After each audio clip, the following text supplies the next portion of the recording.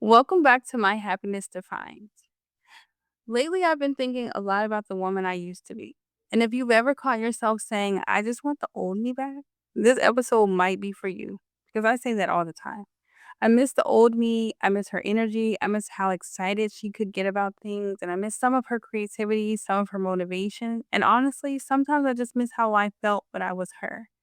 But recently, I started asking myself, do I actually want the old me back? Or do I just miss certain parts of her?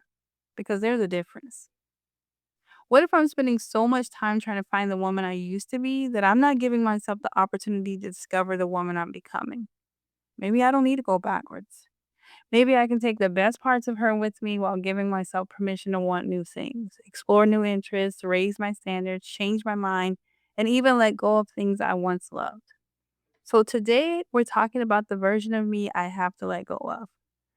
Not because there was anything wrong with her, not because I'm ashamed of her, but because I'm starting to understand that I can miss her, appreciate her, honor everything she did for me without trying to become her again. So let's talk about what happens when the old you no longer completely fits and you finally give yourself permission to meet who you're becoming. Like I said, there's something I've caught myself saying a lot over the last few years. I just want the old me back. Sometimes I think back on certain times in my life and I remember how I felt. I remember the things I enjoyed and the things I looked forward to, and even the way I dreamed about my future. And somewhere along the way, I started believing that getting back to that version of me would somehow make me feel like myself again. But lately, I've been asking myself a different question.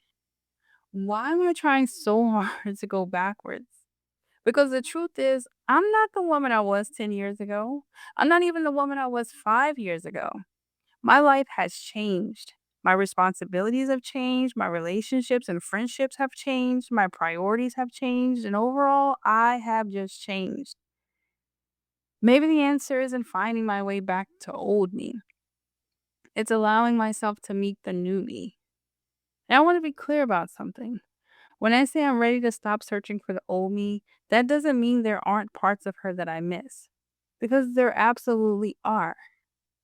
I miss how excited she could get about things, and I miss certain parts of her energy, and I miss the happiness sometimes felt easier and less complicated. And I miss the version of me who dreamed without immediately thinking about every responsibility attached to the dream.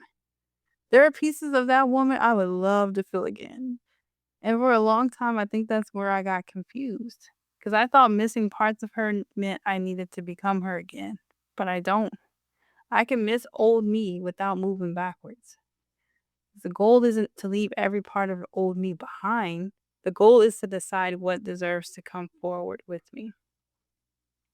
I can bring parts of her that laughed freely and dreamed big and tried things and loved hard and got excited about life, but I can leave behind some of the things that no longer fit, like the insecurity or the need to prove myself or the idea that success had to look a certain way or the belief that being humble meant I couldn't desire more, which we'll talk about later. The habit of choosing what's familiar simply because it's familiar. I don't have to choose between the old me and the new me. I can honor who I was while still becoming who I am. It's not about becoming a completely different woman.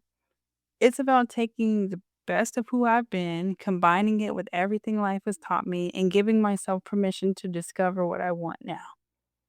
Because I don't want to become so focused on getting the old me back that I miss the opportunity to meet a newer version of myself that I've never known before. A woman with different standards, different desires, and different boundaries, and different dreams, different tastes. I can still be humble and raise my standards. I can still be grateful for what I have and be excited about what I haven't experienced yet. And letting go of old me doesn't mean I have to abandon the woman I used to be. Because let me tell you, the old me was a beast. She did what she knew how to do. She protected me. She got me through some things. She dreamed for me. She survived things that I don't have to survive anymore. And so much of what I get to enjoy, desire, and explore today is because of what she built yesterday. I'm not replacing her, I'm building on her. I'm taking the strength of old me without carrying all of her struggle. So maybe I've been using the wrong language all along. I don't want the old me back. I want some of her joy back. some of her excitement and her freedom and confidence. But I want those things inside the woman that I am today. And the woman I am today is wiser, more experienced, more intentional, and finally willing to explore what she wants next. I don't want to go back and live as old me again. I want to bring the best parts of her forward and introduce them to the woman I'm becoming. I'll give you a very real example. For a long time, I've considered myself a pretty frugal person. I can appreciate a deal. I can make something work, and I don't necessarily need the most expensive version of something to enjoy it. And honestly, I've always taken a little pride in that. There was something about being humble and practical that felt good to me. But lately, I've noticed another desire creeping in. I want to experience some of the finer things in life. And even saying that out loud feels a little different for me because there's a part of me that immediately wants to explain it. Okay. So I don't mean that I suddenly need designer everything. And I don't mean I want to spend irresponsibly. And I definitely don't mean that I'm no longer grateful for the simple things. I think I'm realizing that gratitude and wanting more can exist at the same time. I can appreciate what I have and still desire new experiences. And I actually noticed this shift in myself just last weekend. So I'll tell you the story. We went to a water park, and while we were there, I found myself looking around and thinking, you know what? I think I want a resort experience. And that caught my attention because there was a time when my first thought would have been, we're not paying all that. We can stay somewhere cheaper and still go to the water park. And listen, that version of me knew how to find a deal. She knew how to have a good time without spending a ton of money. And there is absolutely nothing wrong with that. But this time, I wasn't thinking only about the price. I was thinking about the experience. I wanted to wake up at the resort. I wanted the nice room. I wanted to walk downstairs and enjoy the amenities. I wanted the convenience of not having to pack everybody back into the car at the end of the day. And I wanted to come back from the water park, shower, put on something cute, go have a nice dinner, and then come back to a beautiful room. And I remember thinking, when did I start wanting all of this? And if I'm being truthful, I feel a little bad about it because we do things like this intentionally. We look for the budget friendly option. We find ways to have fun as a family without feeling like every experience has to cost a fortune. And I've always been proud of that. So when I found myself thinking, I want more of this, there was almost this immediate guilt like, why isn't this enough? Why can't I just enjoy what we're doing? Why do I suddenly want the resort, the nicer room, the amenities, the whole experience? And I had to remind myself wanting more doesn't automatically mean I'm ungrateful for what I already have. And be mindful that that goes far beyond a water park or a resort. It's other experiences as well or other things in life that it can attach to. But we'll stay on topic. I can appreciate an experience and still realize that my desires are changing. Maybe I don't always want to find the cheapest way to experience something anymore. Maybe sometimes I want the fuller experiences. And that doesn't mean I'm suddenly irresponsible with money or that I've forgotten where I came from. It means I'm allowing myself to ask a question I didn't always give myself permission to ask. Not just what can we afford, but what would we actually enjoy? And sometimes those answers will be the same. Sometimes the budget friendly option really will be enough, but sometimes I want the resort. And I'm learning not to make myself feel guilty for saying that. I'm still frugal, trust me. I'm still checking the price. I'm just starting to understand that being good with money doesn't always mean spending the least amount possible. Sometimes it means deciding what is worth spending more on. I don't have to lose the woman who knew how to stretch a dollar, but I can let go of the belief that choosing the cheaper option is automatically the wiser option. Sometimes I'll choose the deal, sometimes I'll choose the resort. And I'm giving this version of myself permission to figure out which experiences are worth the upgrade. Because maybe part of letting go of an old version of myself is realizing that I don't have to keep choosing according to who I used to be just to prove that I'm still humble. I can be grateful and still desire more. I can be responsible and still enjoy nice things. I can appreciate where I am and still be curious about another level. Wanting more doesn't have to mean what I have isn't enough. Sometimes it simply means I'm ready to experience something different. And I'm talking about experiences that the old me would have looked at and said, girl, I'm not paying that. So I had to ask myself, why does wanting more automatically make me uncomfortable? We make money to provide for our family, absolutely. We save, we handle our responsibilities, we take care of the things that need to be taken care of. But somewhere in there, I also want us to experience the fruit of what we've built. And that's new for me. I'm starting to realize that maybe my definition of humility became a little too closely connected to denying myself things. And maybe somewhere along the way, I learned that being good with money meant always choosing the cheaper option. That being humble meant never wanting too much, and that being content meant that I shouldn't desire another level. But I'm questioning that now because contentment doesn't have to mean stagnation, and humility doesn't require me to make myself small. I can still be grounded. I can still appreciate a Saturday at home, a cup of coffee, laughing with my family, or finding something amazing on sale. Trust me, I'm probably never retiring the thrill of a good deal, okay? But I can also want beautiful things and beautiful experiences, and I can want a different standard for certain parts of my life. And here's the important part, I get to decide what that standard means for me. It doesn't have to look like anyone else's version of luxury. I'm still figuring that out, but that's exactly the point. I'm exploring me.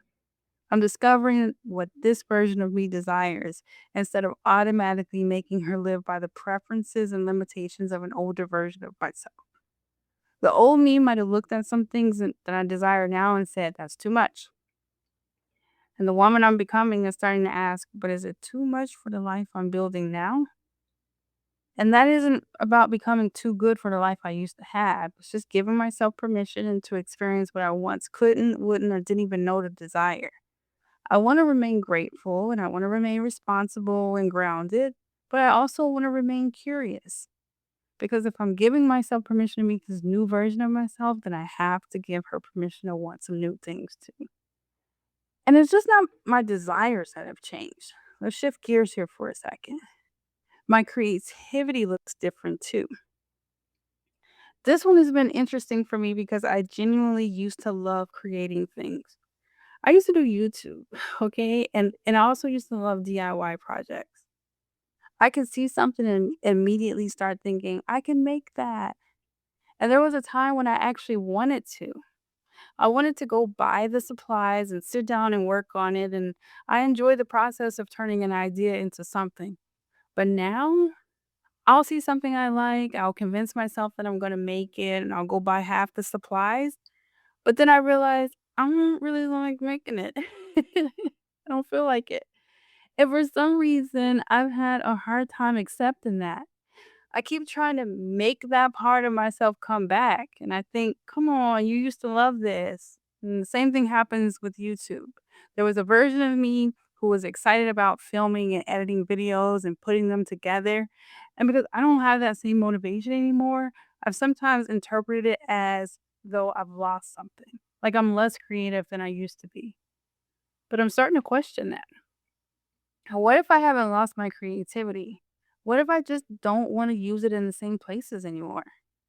Maybe I don't want to spend 4 hours making something I can buy. And you know what? Maybe I can just buy it. I mean, it sounds so simple, but for me, there's actually some freedom in saying that because I've been holding myself to standards created by an older version of me. Old me would have made it, old me would have decorated it herself, and old me would have filmed it, and old me would have turned it into a whole project, okay? And I love that for her. But what does this version of me want to create? Because creativity is still very much a part of who I am. I'm creating this podcast. I'm building my happiness defined. I'm writing. I'm developing ideas. I'm thinking about business. I'm thinking about what I want my next chapter to look and feel like. Maybe my creativity hasn't disappeared, but my creative energy has just become more selective.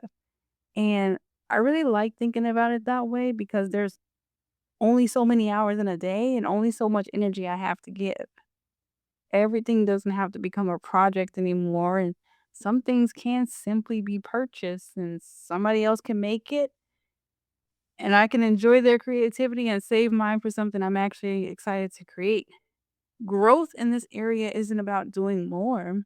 It's about becoming more intentional about where I pour myself. Growth is deciding that I don't want to do that anymore. I don't enjoy this anymore, and this doesn't excite me anymore. And instead of forcing myself to love it again because an older version of me did, I can make room for something new. I can buy the thing and put the glue gun down. Okay. I can let YouTube sit there without feeling like I failed at it. And I can ask myself a much better question like, what am I excited to create now? I don't know just yet, and that's okay, but that's part of meeting myself again. The goal isn't to recreate every part of the woman I used to be, it's to recognize what still belongs to me, what has changed, and what I'm ready to discover next. And maybe that's what I've been getting wrong when I say I miss the old me. Because, yes, I miss her creativity, I miss her excitement, and I miss the way we can get completely wrapped up in an idea. But I don't necessarily miss every single thing she was creating. And there's a difference.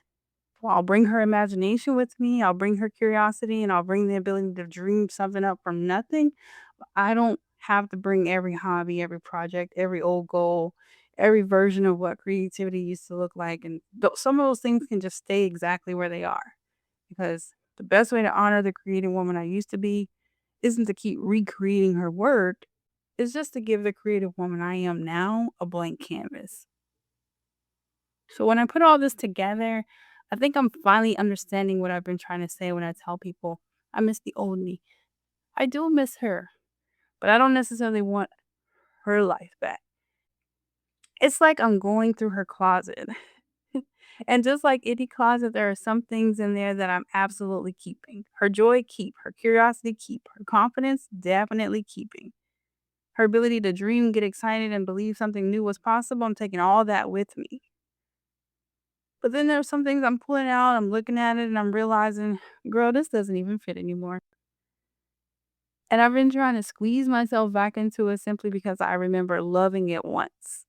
And that's what I've been doing with old hobbies and old ideas about success and old expectations and my old definitions of happiness, even old versions of who I thought I was supposed to be. I don't need to keep trying those on. I can appreciate the chapter when they fit me, and I can still admit that they don't fit the woman I am today. So some things I'm keeping, some things I'm repurposing, and some things we're putting them in a bag and taking them straight to Goodwill. Okay. Not because there was anything wrong with them. They just don't fit me anymore. And I think there's something beautiful about finally being able to admit that. I can love who I was without trying to live as her again. I can be grateful for every version of myself that got me here while still making room for the woman I haven't met yet. And that's what becoming looks like. Not becoming somebody completely different, not abandoning yourself, but knowing what to carry forward, knowing what to release, and having enough courage to leave a little empty space for whatever comes next. 'Cause I don't know everything that's going on in this new closet yet. I'm still discovering it because I'm still discovering me. But for the first time, instead of constantly asking, how do I get the old me back? I'm asking, who do I get to become next? And my question for you this week is, what are you still trying to squeeze yourself into simply because it used to fit? Maybe it's time to keep what still feels like you, honor what got you here, and donate what doesn't fit anymore. Make some room in your closet because the version of you deserves somewhere to put her new desires, to put new passions, and to put new standards, and to put new dreams and definitions of happiness. And as you move to this week, don't feel pressured to become who you used to be. I've realized that I don't owe an old version of myself permanent residency in my life just because she helped me get here. Some versions of ourselves aren't bad. We simply outgrow them. And maybe instead of trying so hard to find who we used to be, we can give ourselves permission to become curious about who we are now. So be kind to yourself this week. You're still becoming, and your happiness is yours to define. Here on My Happiness Defined.